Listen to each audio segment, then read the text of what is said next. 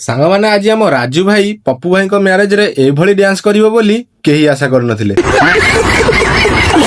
ମାଲିକେ ଜୟ ଜଗନ୍ନାଥ। ଆଜି ସକାଳୁ ସକାଳୁ ମୁଁ ଯାଇ ପ୍ରଥମେ ମୋର ଚୁଟି ଗୁଡାକ କାଟିଦେଲି, ଆଉ ଘରକୁ ଯାଇ ରେଡି ହେଇକି ଆସି ଆମ ଫିଲ୍ଡ ପାଖରେ ପହଞ୍ଚିଲି। ଆଉ କିଛି ସମୟ ପରେ ପପୁ ଭାଇ ଆମ କ୍ରିକେଟ ଟିମ୍ ପିଲାଙ୍କ ପାଇଁ ଯୋଉ ପର୍ସନାଲ ଗାଡିଟି ବୁକ୍ କରିଥିଲେ ସେଇଟା ଆସିକି ପହଞ୍ଚିଗଲା। ଆମେ ଆଉ ଲେଟ୍ ନ କରି ଆମ ବରଯାତ୍ରୀର ଜର୍ଣ୍ଣିଟିକୁ ଷ୍ଟାର୍ଟ କଲୁ। ଆଉ ହଁ, ଆପଣ ମାନେ କୁଆଡେ ଯିବେ ଆଉ ମାଙ୍କୁ ନ କହିକି ସେଟା ତ ଅସମ୍ଭବ କଥା। ତାପରେ ମାଙ୍କ ଆଶୀର୍ବାଦ ନେଇ ଆମେ ଚାଲିଲୁ ପୁରୀରୁ ନୟାଗଡ଼। ଆଉ ସତ କଥା ଭାଇ ମାନେ, ଏଇଭଳିଆ ଟ୍ରିପ ରେ ଯଦି ମନ ଖୋଲିକି ଏଞ୍ଜୟ ନ କଲ ତାହେଲେ ତ ଜମା ବି ମଜା ଆସିବନି। ଆଉ ବାଟ ସାରା ଏମିତି ଗୋଟିଏ ମିନିଟ ନାହିଁ ଯୋଉଠି ମତେ ଟିକେ ବୋରିଂ ଫିଲ୍ ହେଇଥିବ, କାହିଁକି ନା ଆମ ପିଲାଙ୍କ ଭିତରେ ସବୁ ଅନୋଖା ଅନୋଖା ଟ୍ୟାଲେଣ୍ଟ ଅଛି। ପାଖାପାଖି 3 ରୁ 4 ଘଣ୍ଟାର ଜର୍ଣ୍ଣି ପରେ ଆମେ ଆସି ଫାଇନାଲି ନୟାଗଡ଼ରେ ପହଞ୍ଚିଗଲୁ। ଫାଇନାଲି ଏବେ ଆମେ ଆସି ସେଇ ଜାଗାରେ ପହଞ୍ଚିଲୁ ଯୋଉଠୁ ଆମର ପ୍ରସେସନ ଷ୍ଟାର୍ଟ ହବ। ଆଉ ଆପଣ ମାନେ ଆମ ପିଲାଙ୍କର ସବୁ ଅଦ୍ଭୁତ ପ୍ରକାରିଆ ଡ୍ୟାନ୍ସ ଟିକେ ଦେଖନ୍ତୁ।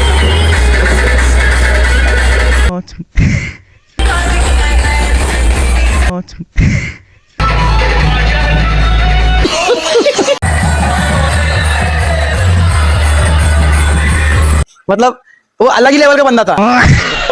चाहू चाहू केतेବେଳେ 3 घंटार प्रसेसन सरीगला आमे भी जानी परिलुनी। तापर प्रसेसन सारी आमे चलिलु टिके खाइबा पई। ए टिके टिके टिके टिके टिके एंट्रीटा तो पूरा अलग प्रकार हेची, हेले एईटा कोन? ସେତେବେଳକୁ ତ ରାତି 12ଟା ପରେ ହେଲାଣି। ଆଉ ଖାଇବାକୁ କଣ ଇଚ୍ଛା ହବ, ଯାହା ଯେମିତି ଟିକେ ଟିକେ କରି ଖାଇ ଆମେ ଆସି ଆମ ପପୁ ଭାଇଙ୍କ ପାଖରେ ପହଞ୍ଚିଲୁ। ଆଉ ତାଙ୍କ ସହ କିଛି ସମୟ ବିତେଇ ସାରି ଆମେ ବାହାରି ଗଲୁ ପୁରୀ ଅଭିମୁଖେ। ଆଉ ହଁ, ବାକି ଆପଣ ମାନଙ୍କୁ ଯଦି ଭିଡିଓଟି ଭଲ ଲାଗିଛି ତାହେଲେ ସ୍କ୍ରିନ ଉପରେ ଡବଲ ଟ୍ୟାପ କରି ଚ୍ୟାନେଲରେ ନୂଆ ଥିଲେ ଫଲୋ ଏବଂ ସବସ୍କ୍ରାଇବ ନିଶ୍ଚୟ କରିବେ। ଆଉ କମେଣ୍ଟରେ ଆମ ଭାଇକି ଟିକେ ୱିଶ କରିଦେବେ।